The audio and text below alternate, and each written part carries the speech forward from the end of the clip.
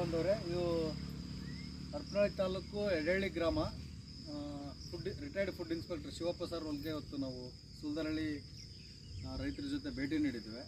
So ನೋಡಿ, ಗಿಡ ಇದು 1 ವರ್ಷದ ಗಿಡ. ಚೆನ್ನಾಗಿ ಅಬ್ಸರ್ವ್ ಮಾಡಿ, ಯಾವುದೇ ರೋಗ ಇಲ್ಲ.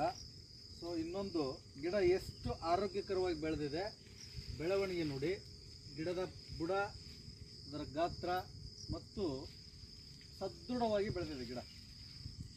1 ವರ್ಷದ ಗಿಡ.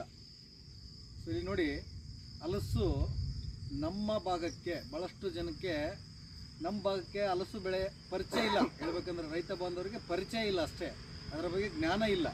ಸೊ ಇದು ನಮ್ಮ ಈ ಒಂದು ಮಧ್ಯ ಕರ್ನಾಟಕ, ಉತ್ತರ ಕರ್ನಾಟಕ ಭಾಗ,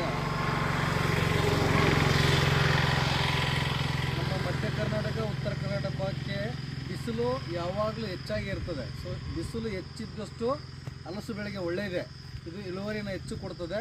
ಸೊ ಹಾಗೂ ನಮ್ಮ ಕಡೆ ಅತಿ ಹೆಚ್ಚು ಇಳುವರಿ ಕೊಡೋದ್ರ ಜೊತೆಗೆ ಹಲಸು ತುಂಬ ಚೆನ್ನಾಗೇ ಬೆಳೀತದೆ. ಇದು ನಮ್ಮ ಈ ಹರಪನಹಳ್ಳಿ, ದಾವಣಗೆರೆ ಹಾಗೂ ನಮ್ಮ ಈ ವಿಜಯನಗರ ಜಿಲ್ಲಾ ವ್ಯಾಪ್ತಿ, ಇದು ಯಾವಾಗಲೂ ಸಹ ಒಳ್ಳೆಯ ಉಷ್ಣಾಂಶ ಇರುವಂಥ ಪ್ರದೇಶ. ಹಾಗಾಗಿ ಹಲಸು ನಮ್ಮ ಏರಿಯಾಕ್ಕೆ ಭಾಳಷ್ಟು ಚೆನ್ನಾಗಿ ಬೆಳೀತದೆ. ಅದಕ್ಕೆ ಉದಾಹರಣೆ ಇಲ್ಲಿ ನಮ್ಮ ಎಡಹಳ್ಳಿ ಗ್ರಾಮದ ಶಿವಪ್ಪ ಸರ್ ಅವರ ಇವತ್ತು ಹೊಲಕ್ಕೆ ದಾಟಿ ನೀಡಿದ್ದೇವೆ. ಇದು 2 ಎಕರೆ ಹಾಕಿದ್ದಾರೆ, 600 ಗಿಡಗಳನ್ನು ನಾಟಿ ಮಾಡಿದ್ದಾರೆ. ನೋಡಿ, ಗಿಡಗಳು ಎಷ್ಟು ಚೆನ್ನಾಗಿ ಬೆಳೆದಿದೆ.